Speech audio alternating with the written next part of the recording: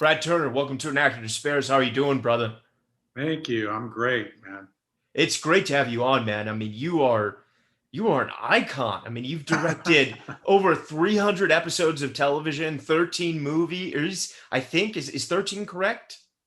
Probably. Yeah. I mean, what a career. I Thank you. mean, you've worked on every show from Jump Street to 24 to Homeland to ones back in the 80s that like. It's incredible, brother. I mean, I'm so curious to hear about your journey and how you got started. And I just had the chance to watch Trigger Point, and I really love that. Barry Pepper, I've always been a big fan of his. And yeah, man, I'm just so excited to have you on. Well, thank you for having me. I'm loving being here. Awesome. So you grew up in Canada, right? That's correct. Yes, that's where I started my career. Talk to me about that. What did your parents do? I had like a childhood. I had the best. I actually, interestingly enough, I grew up in that town that's in the movie Trigger Point. So the small town that's portrayed in the movie is my hometown. So I grew up there and had all my childhood there until I went to school. Wow, that's amazing. And so that is in Canada. That's not New York. That's in Canada. Yes. So beautiful. I love that you chose fall for that film. It's absolutely like it just looks great on the film, and it just kind of the relation to what's happening in the story. It's incredible. But talk to me about growing up. Having those parents. Where did the artistry bug come in for you? Yeah, it was, I grew up in this small town, Bayfield, which is portrayed in Trigger Point. And, I had the basic education you'd have in any small town in America or Canada. I was advised by a shop teacher, believe it or not, a sheet metal shop teacher, that there was a television arts course in a school in London, Ontario, which is about an hour from where I grew up in Bayfield. And I decided to go there and check that out.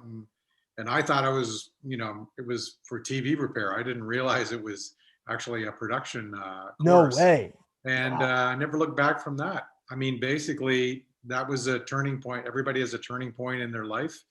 And that was a major turning point for me. And I took a television arts course and became like a floor manager at a television station and learned how to shoot film style with video at first, and then slowly moved into being a first assistant director.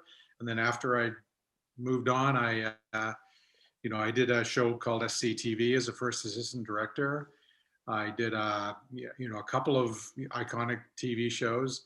And a director once said to me, you should start thinking about directing. Yeah. And that basically kickstarted my career. That's incredible. And so when you grew up in Canada, did you have a strong relationship to American content and films, or was it just, a lot of local content at that time? I know back, there was probably three networks and movies. It wasn't what it is now with Netflix and, 5,000 streaming services. Like, what was inspiring to you? Yeah, you're right. There was literally only three or four networks, and where I grew up, you could hardly even get a signal, even because there was no such thing as cable. So I think that my inspiration came from my father, who was a great storyteller, and my father would tell these great long stories at the dinner table, and I think that essentially to be a filmmaker, even today, you have to be a good storyteller. You have to know what a good beginning, middle, and an end is, and how to keep people entertained. And I think the basis of my skill is my father sitting around the dinner table telling stories and learning from him. That's so beautiful. That's amazing. And as you went to that school, was that the equivalent of undergrad, like in a college? Is that what that would be the equivalency of?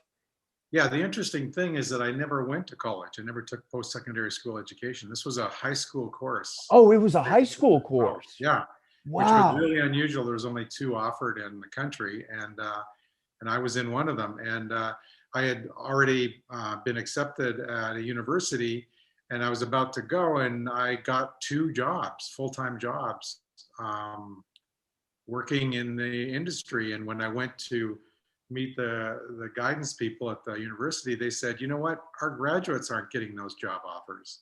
So why don't you take the job for a year, see how it goes, and you can come back and take our course for 4 years if you want. But if your career starts taking off, it's probably worth it. So I took their advice, uh, and I never looked back. I never went to post-secondary school education. My film school was the practical element.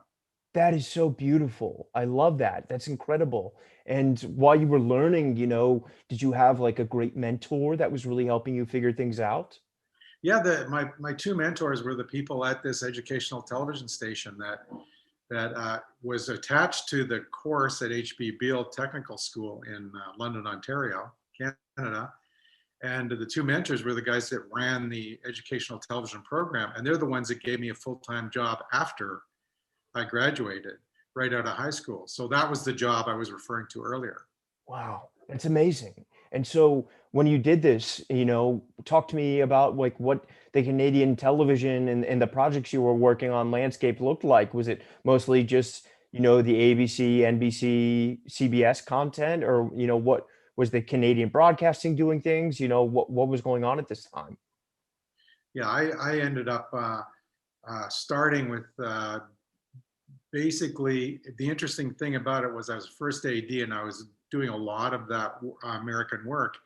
And the Disney Channel hired me to direct episodes of Danger Bay because I was the first AD on it. Wow. So I started my career directing Danger Bay, and then as I developed, I got accepted by the Canadian Broadcasting Corporation, started doing 1 hour dramas. And then basically from there, my career blossomed because I had already had a connection with the American service work, I guess you call it. Yeah. And I just started meeting more and more showrunners and producers, and word got out, and eventually through a show called La Femme Nikita, which was the original La Femme I remember it very well. Yeah. Nikita, that showrunner Joel Surnow created 24, and that was in a short sort of period of time. That's how I moved to Hollywood and became LA director. Was the show 24, which I directed 46 episodes of. Yeah, and you're credited as a producer and co-creator, right? Not co-creator, just executive producer, and I guess I produced well over 100 episodes, but mainly I directed 46 of them. Got it. And if for those actors listening, if you could break it down, and the directors listening, when you come in and you direct an episode of a television, usually the way it works is that there's a pilot that is directed by sometimes a really big name, sometimes, just someone who's also very similar to yourself, working for television for a long time, and they create the mood, the atmosphere, and the tone of the show. And then directors come on and kind of have to stick to that vision. Would you say that's fair?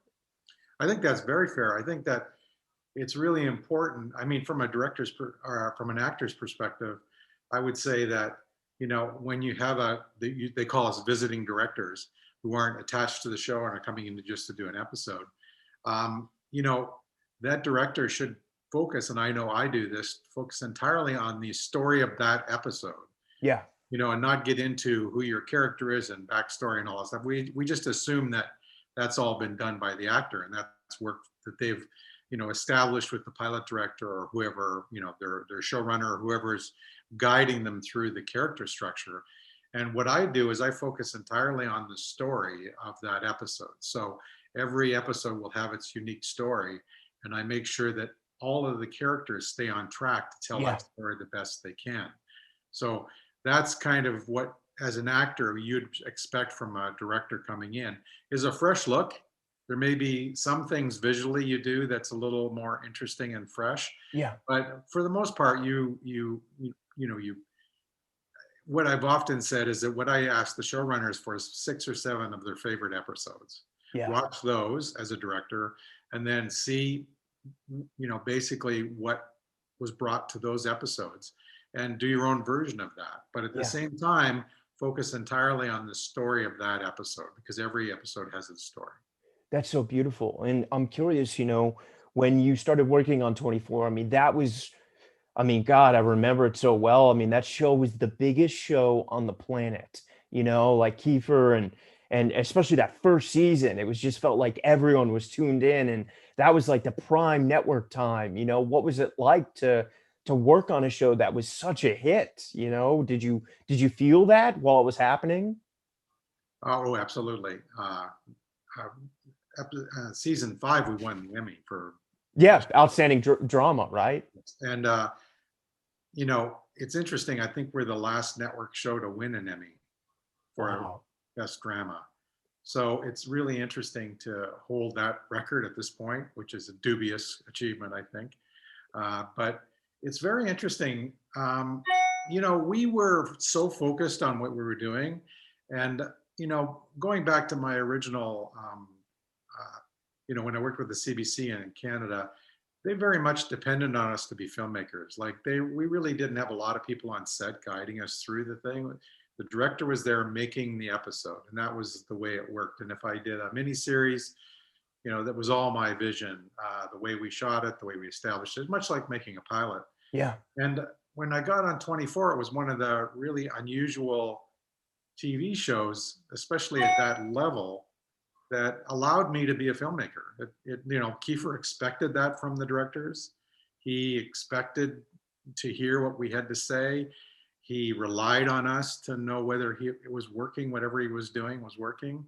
And he loved the consistency. One of the reasons I ended up doing 46 episodes is because he loved to see a familiar face in the director's chair. So Yeah, that must be really really nice. important to him. Yeah. Yeah, that's incredible. And, talk to me. Did you feel like, one of the reoccurring themes on this podcast is, for actors, it's finding your voice. For directors, it's finding your style, your aesthetic. Do you feel like, I know you did 21 Jump Street and so much before this, but do you feel like 24 is really where you came into your being and your own style as a director? There's no question. I think I came to 24 with that in mind. I think I had a style, and you know it's simple. It's really simple. It's like being a good storyteller. That's really what it's all about.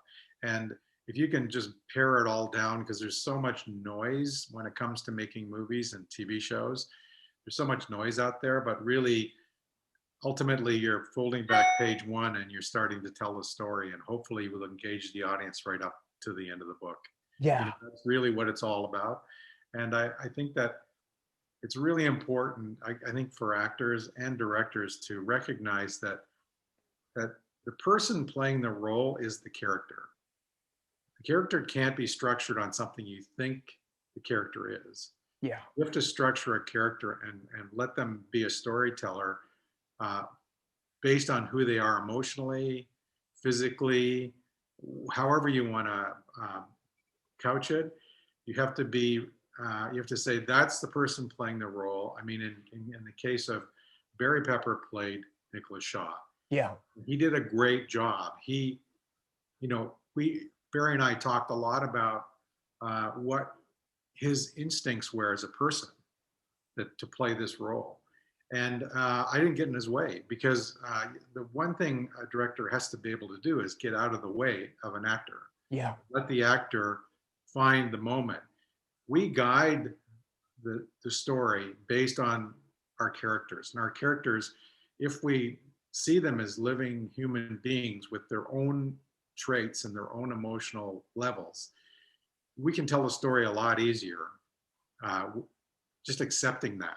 Yeah. Once you resist it as a director, I think you have more trouble. I mean, both Colm Feore and Barry, really understood their characters, and we didn't talk about their characters other than in pre-production when we're kind of rehearsing the scenes. We didn't talk about the character, and I did more listening than talk about the character. I answered questions, but I wasn't, you know, instilling on them who this person was, because it's really hard to do an honest performance if you're trying to be someone you're not. Yeah. It's much easier to be the person. And okay, I'm a person. I'm going to play a role. I'm going to completely immerse myself in it. So I can't have any insecurities about like how I feel about things Yeah. at all. I have to completely like open up and say, this is who I am. Yeah. And I'm going to base it on all of my emotional reactions, all my gut reactions, all, whatever I do. And that's the type of actor I like working with, that tells me how they're feeling about stuff. Doesn't And come up to you and says, "What do you think about this? What do you think about that?" It's like that you should be doing that. Let yeah, me. Yeah, I love that. exactly. Yeah, that's the Does way I that work. work? Yeah, Like, when is that working for you? The default answer should be yes. yeah, Because if it's working for you and you're asking me that question, then it must be working. yeah, So, that's the only way you can honestly play a character, is to really feel it. yeah. You can't be fabricating emotion. You have to find it there. There's something in the material that's going to create this emotional moment. It's going to be natural. It's not going to be manufactured. Totally. That's so beautifully put. I love that. And before we jump into Trigger Point fully, I'd love to ask you a few more questions. While you were doing 24, did you start getting movie offers to direct as well? Like, because that was such a hit show, I imagine studios knew who you were, and this was like right before, Marvel took over the film industry. Talk to me about, working in Hollywood in that capacity. Did a lot of doors start to open to you because of this? Uh, I was so busy doing that show. It Yeah. took me a whole year to do it. And I'm really a filmmaker that was really well versed in television, and I love doing television like Yeah. that. That is, and I to this day I still love doing television. I love doing this movie, but I was never a movie director, and there was a time in Hollywood where you were a TV director or a movie director. I think that the closest I ever got to being respected as a movie director was 24, because Yeah. we had a major film star as our lead, and the show was really well respected by not only film actors but filmmakers. And in Yeah. fact, at one point in time, they were talking about making a movie, 24 movie, and the guy that was writing it was sitting behind me in the final days of shooting the final 24 episode series, and he sat forward and said, "I don't know how we're going to make a movie better than what you guys do with this TV show." Yeah. And as you know, history has told us there's no 24 movie yet. Now that could happen, but it's tough to make a movie as good as that show was, because that show was about a full day of 24 hours. So you can't Yeah. get You have 24 this hours. temporal format that it has to adhere Yeah, to. Yeah. I That's think it added a lot. So the answer is, I didn't get a lot of movie offers, but everybody knows who I am. So I get a bit of I both. mean, how could they not? You're a legend. I mean, I'm gonna call the Hollywood Star Association after this and make sure to get a Brad Turner Thank you. star. But I'm such a big fan of all the television work, and as an actor, I'm fascinated. Talk to me about when you work on a show where you're doing one or two episodes. Going back to what I said earlier about whoever directed the pilot set it up. All let's say Homeland. Do you know what I mean? And you have two movie stars, well, one theater star, but and these people have been working for a long time in the show and obviously have their own styles of character and they've been really validated. As a director, how do you come on a set where actors already have their cadences and there's already this kind of aesthetic that you have to stick to and make your own kind of stamp on it? You have to, when you first arrive on a set like Homeland, you have to do a lot of listening. So you spend a lot of time. You've seen the pilot. You've probably seen maybe some finish. I was in episode 5, I think, of the first Yeah. season that won the Emmy, somewhere in there, 5 or 6. And the show was still like, what do you think? Is Yeah. there a possibility here? And the one thing that show had going for it was their two leads were exceptional. And I Yeah. think that you again just go with what they were doing. The writing was amazing. The production was well oiled machine when I got there. The show looked great. So there was very little for me to do other than again guide them through the moments and make that my episode as strong as it could be. I knew the showrunner Howard Gordon at that point, and Howard actually asked me to shoot some scenes for the episodes that had been produced up to that point, because they were running a little short. Because in those days, we came off of 24, which was a 43-minute show with the Yeah. commercials. When was 24 one unit, or were there multiple units? No, it was one unit. Wow. Okay. So I'll talk about that in a minute. But when we did Homeland, we everybody was writing. They're habitually write to 43 minutes. Yeah. And then, but Showtime called and said, "Listen, we have to be longer than 40 minutes. This has to be 50 minutes." So I was shooting additional scenes for episodes that were already produced to get the episodes to length. But what ended up happening, I think, was it made the show focus on the tension and more, and slowed it down, and took it away from a network pace. Yeah. And I think because it was no commercials and it was Showtime, and again, this is earlier in cable, right? People started to feel like they're watching a movie as opposed to a TV show. Yeah, no, that was the show, I think, that started that kind of style where you could get a movie star to come on, and it was this 10-hour, 12-hour, 14-hour movie, and it was an experience that changed the world, and you're very much responsible for that. So thank you for your service. And right before the final question, before I jump into Trigger Point, I'm curious because for so many actors listening, right, the goal is to get, a co-star or a guest star on a cable or a television show. I'm curious for you, Brad, when you're directing an episode, do those auditions come your way, or do they go to the producers? Or, talk to me about what makes for a great audition, if you can. Yeah, they always come to me. That's no amazing. question about it. Yeah. And these days, of course, and it wasn't before COVID.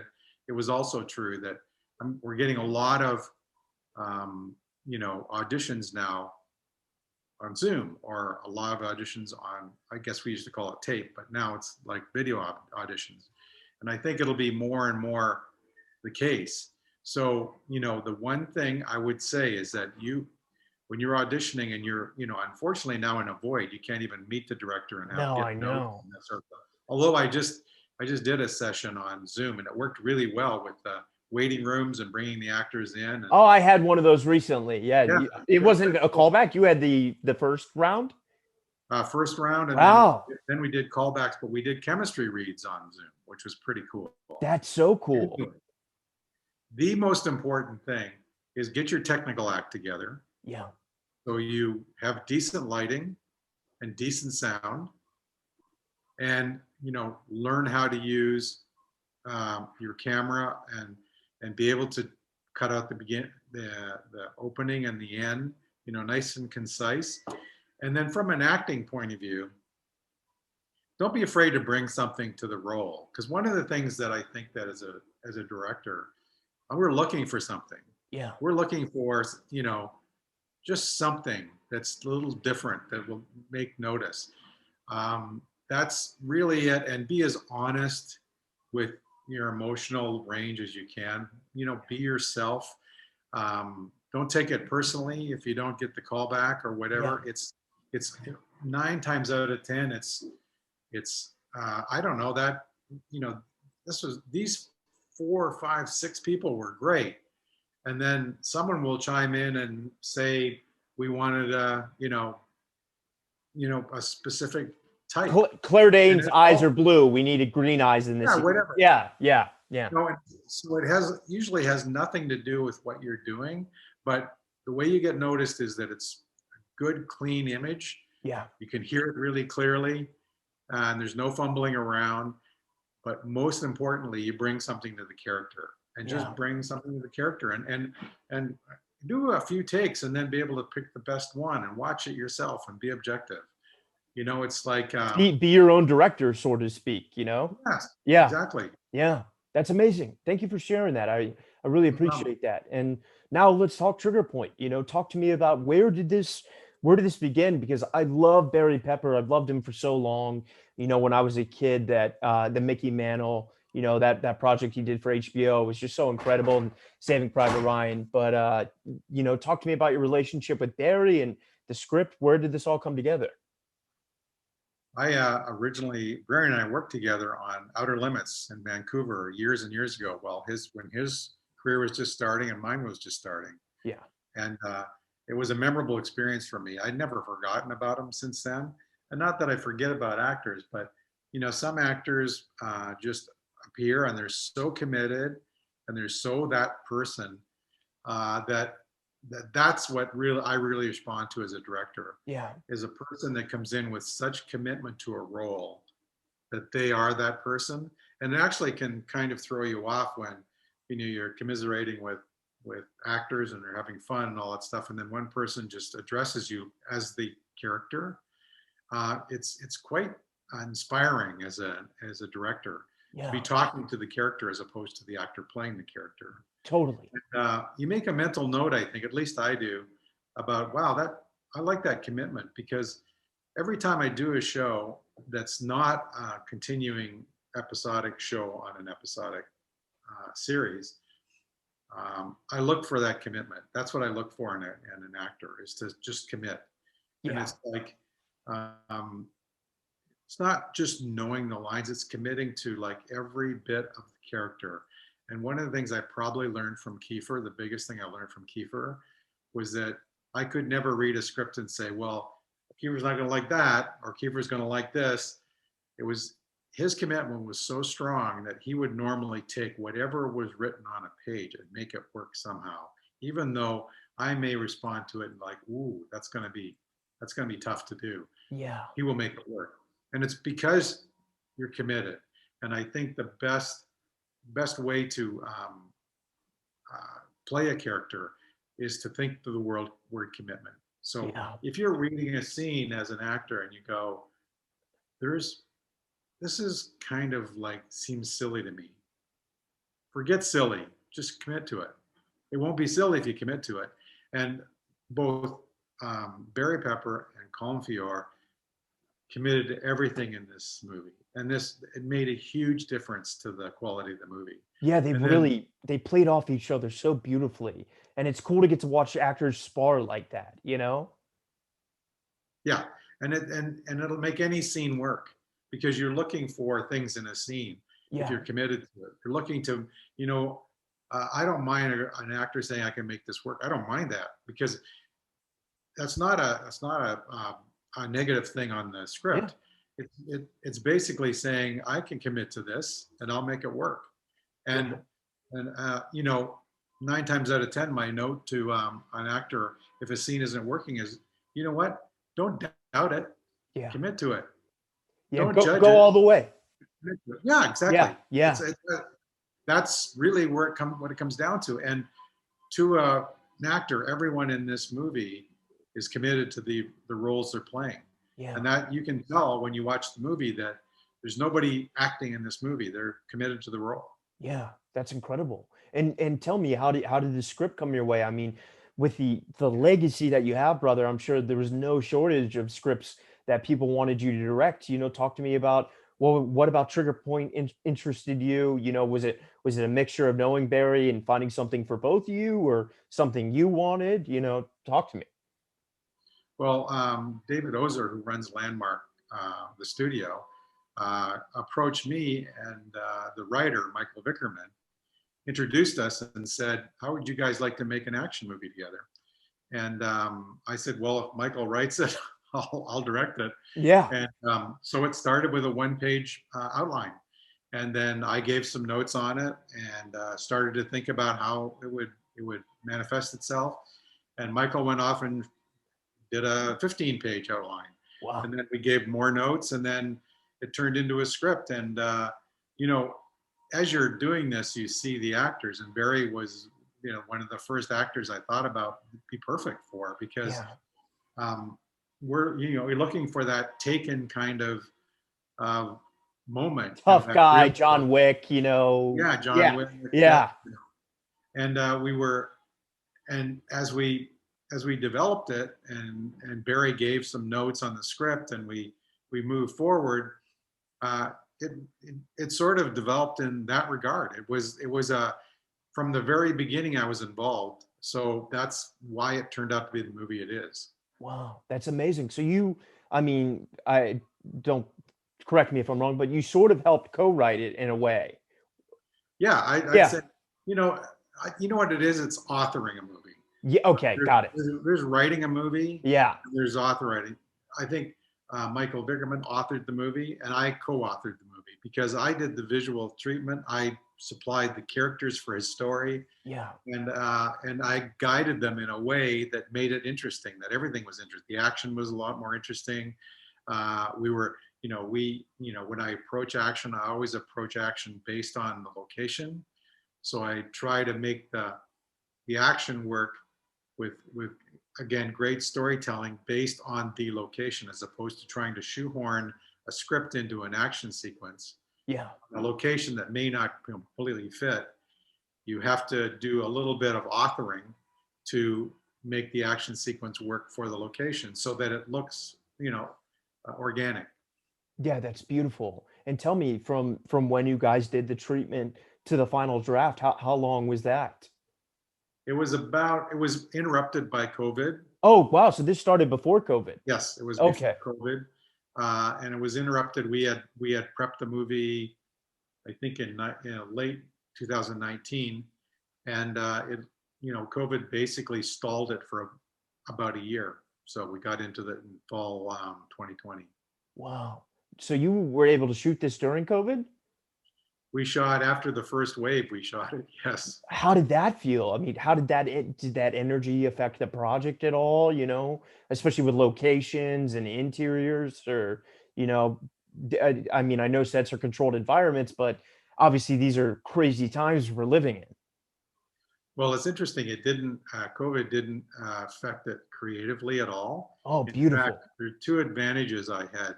One of them was I got to cast pretty much everybody I knew. Oh, that's the best.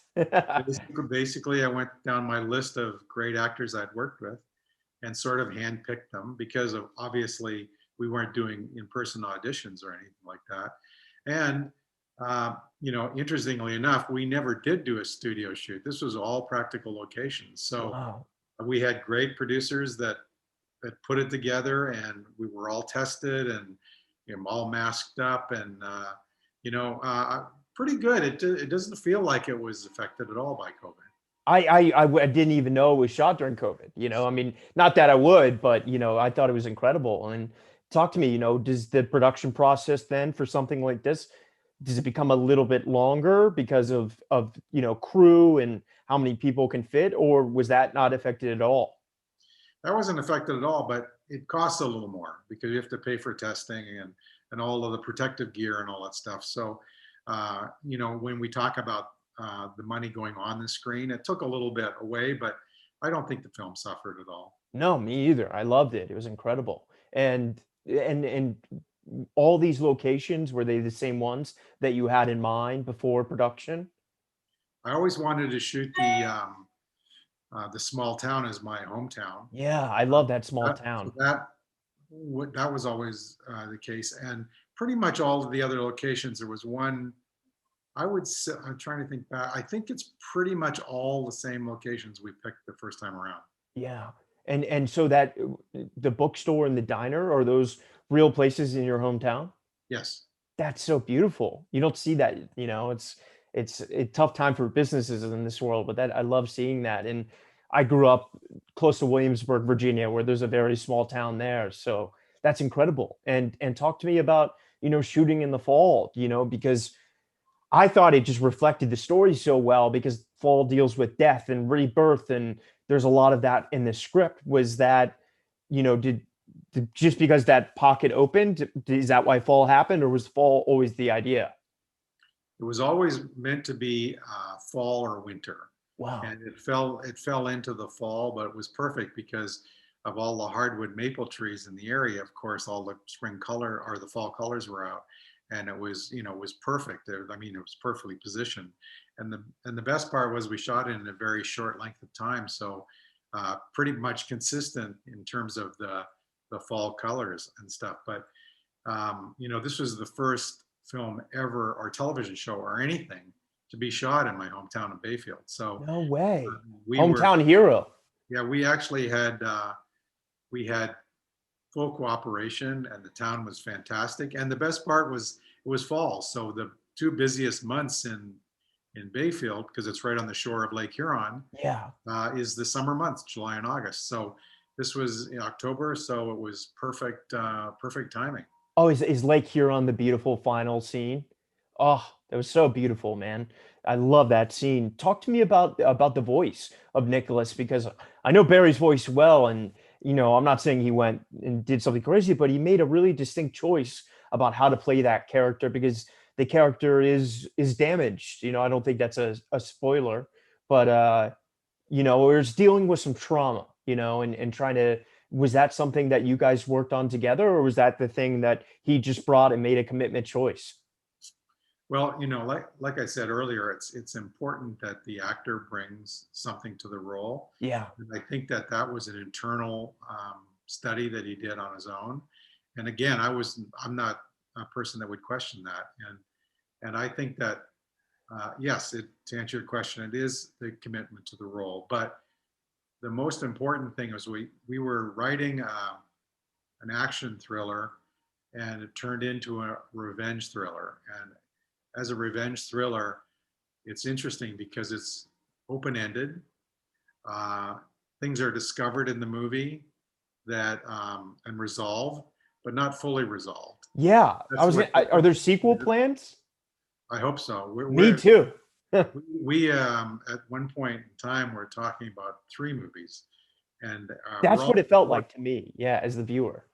yeah, we're all on board for that, because this is a large. He works for a large organization. He's got, yeah, his big toe is still in a little bit. Yeah. He's constantly monitoring all the operations he had throughout the world, but he felt like he did something. He did something that he believes he would never do, but proof was that he probably did it. But he needed, the revenge was to clear his name. Yeah. And whether he does or not in this movie is kind of up to the audience, but he still feels he has work to do at the end of this movie. That's amazing. And how long did it take you guys to shoot the film? We did it in 15 days. You did it in 15 days? Yes. Oh my God, Brad. How's that possible? With all the action? That's incredible. Well, it takes a lot of experience. Yeah, which you have. The shooting style is very cinematic, which Yeah. means I gave the frame to the actors, let them play in the frame, and I was very aware of time. And we, again, handpicking your cast and knowing you can Yeah. trust them makes a big difference, and you can get through it a lot faster. There was no getting to know you period. Yeah. We pretty much all knew each other, and every actor, all my actors had such respect for their co-actors. Yeah. But I think they were all, like there was nothing going on in the set but making this movie. No egos, no. Yeah. Yeah. Of any kind. So that helps a lot too, because that cuts a few days out right there. Do you feel like, because of all your years of episodic directing, you have a casting director's database in your mind of actors? I mean, you must, just from working. You could say that.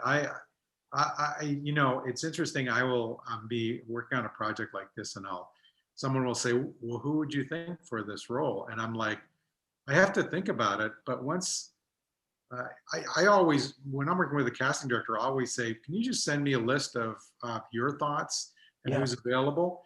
And what's really weird is that I'll start to look at the list, and it'll be, I worked with that person, I've worked with that person, I worked with that person, I worked with that person.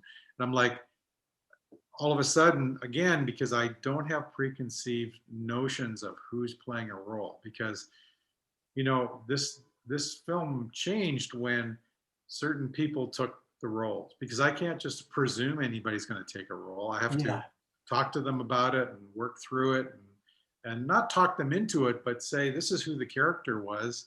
I need you to play this character and make it human. and the Totally. character is this for the story, and look at all the cool things that this person goes through. Yeah. This will be a challenge for you to play, and if you play it, that's who it's going to be. Yeah, that's amazing. That's incredible. And talk to me about the edit of this, because obviously with the pandemic, we still, for example, James Bond and other films that have been ready for so long haven't gone out. Was there, as you guys are doing this and doing the post-production, as the cinemas still aren't really at full capacity, but are getting much better than where they were a year ago, certainly. Was there a concern about waiting for the pandemic to end? Talk to me about, I guess, distribution. Well, I don't know much about distribution, but I can tell you that we edited in my editor's basement.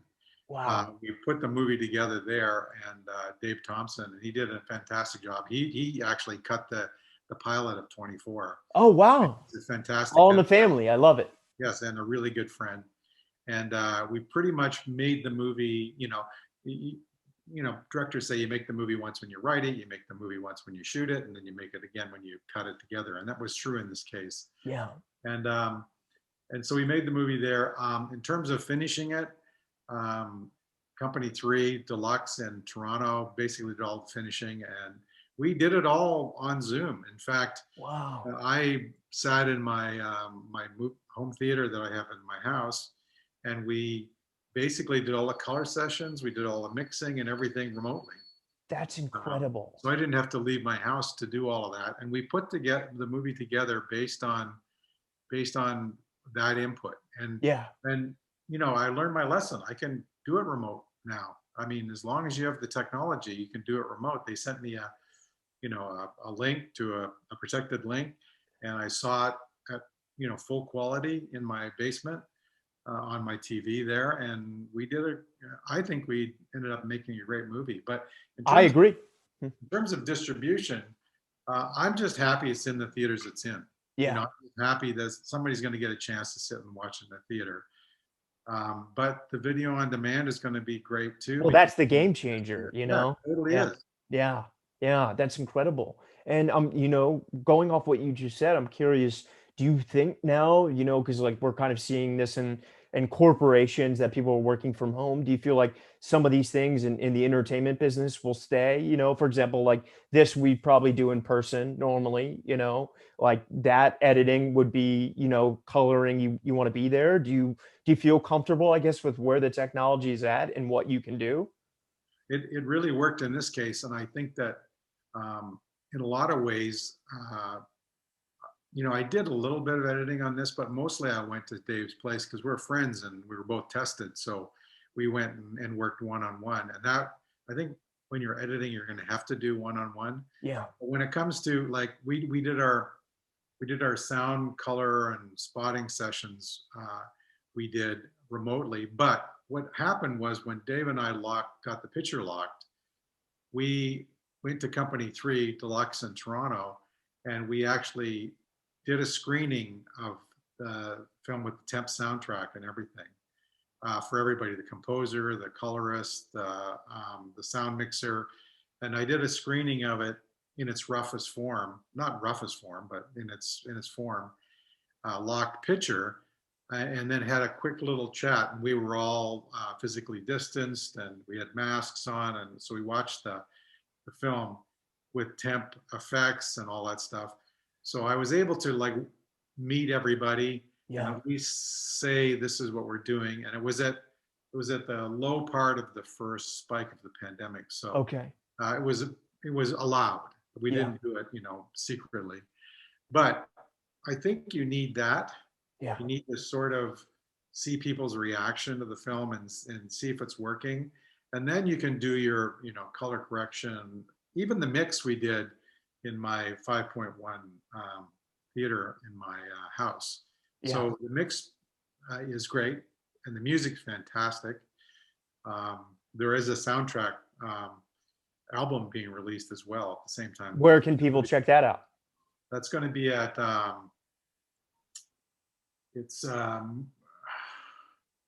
forget the name. I'll find it 1 second. Ask me another question and I'll. Yeah. So talk to me. I'm very curious. What advice would you have now for I feel like the market has changed. You know, it used to be that there used to be like I call it the middle class American movie, anything under $20 million, and those movies would succeed and studios would make those. But now the studios have kind of pivoted to only doing, you know, copyright, you know, intellectual property or comic book films, because they'll make a $300 million movie and they'll make $1 billion versus Yeah. making, you know, $10 million on a $20 million movie. And I find that to be devastating as an actor and as an artist. And I'm curious, you know, for now, it used to be that people would go to film school and then make their try to get into Sundance. But now I feel like it's changing where, you know, you're better off directing an episode of a really cool show and building up that way and then going from there, or developing a show. What advice would you have for filmmakers that are entering the market now? Well, I think you're right. It is a very sad situation where we're in a in a time where so much resources are flowing into the bigger movies, Yeah. but at the same time, that's what people want and are out there buying tickets. I'm I'm worried for the independent film Me too. business. I still think that you have to find your voice, whether it's through making a small film, uh, somehow finding your voice with a short film, and then maybe if you can find the resources, find someone to believe in you and make a movie based on an idea you had.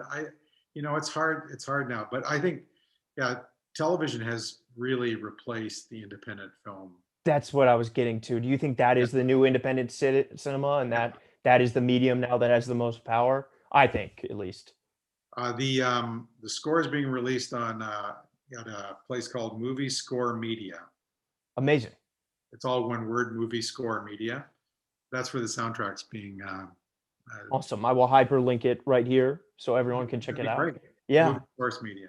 that's amazing. But to answer your question better, I think, is that I think true filmmakers will still make it through. It's still a matter of following your vision. It's more difficult now because there's more gatekeepers, and independent film is hard to get financed and get somebody interested in. Certainly through your connections with actors, it's always good to get an actor that's got some notoriety that to Yeah. be interested in a project. But for the most part, I think developing your skill as an actor through television isn't a bad route. Yeah, that's amazing. Thank you for that. And I'm curious, you know, talk to me, Brad. What's next for you?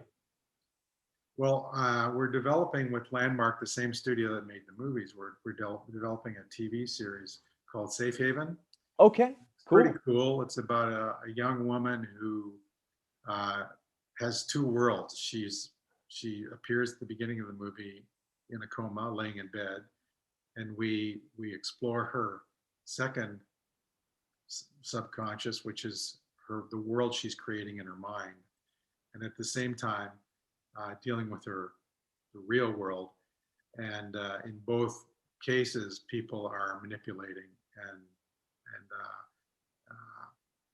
basically trying to um, find out the mystery on both ends. So it's a very complicated story, but a very interesting world, because there's actually two worlds, and we see same characters in different worlds, totally different Yeah, in terms of how they are in the real world and how she imagines them.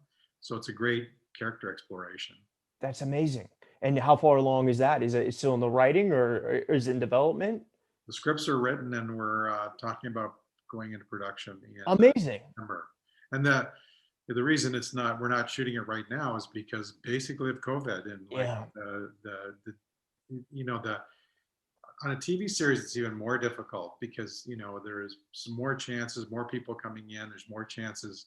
So as people get vaccinated, we thought our chances were better in September, so that's what we're aiming for.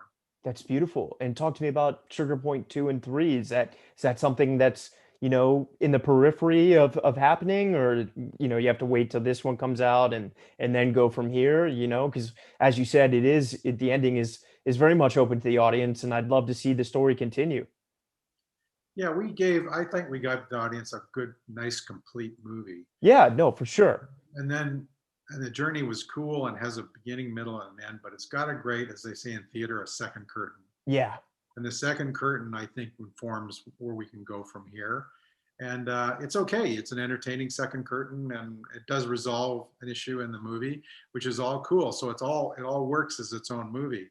But as I say, when we developed it, we had an idea of 3 movies, and we didn't want to shy away from the fact that, you know what, another movie would be great, and Yeah. another movie would even be better.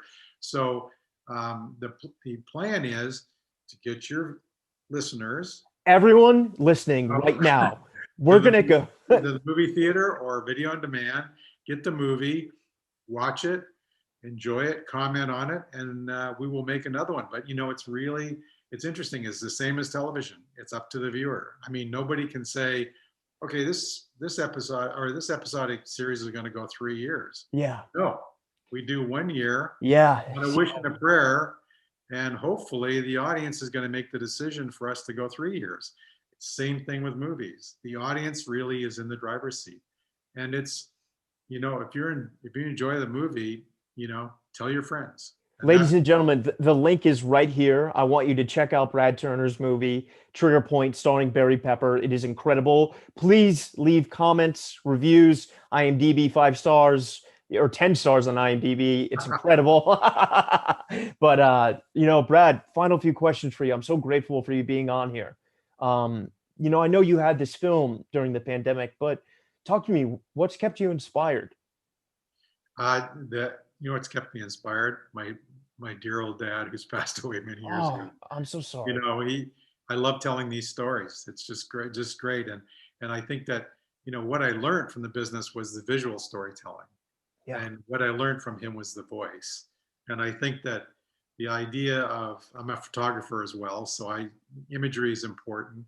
So I always bring that to all of the projects I work on, is I try to bring a visual style that really not only pleases the eye, but moves the story forward. Yeah. So that's important. So in other words, if you had the volume off and you saw one of my movies, you'd probably kind of understand what's going on. Yeah. I know what you mean. And I'm curious, going back to Brad that was wide-eyed and did that course and ended up working at Canadian Broadcasting before 24. If you could go back with all the wisdom and all the insight and experience you have now, what would you tell him? I'd tell him to, it's cliche to say follow your dream, but don't follow your dream as much as follow your vision. Yeah. And again, like I would tell an actor, the commitment.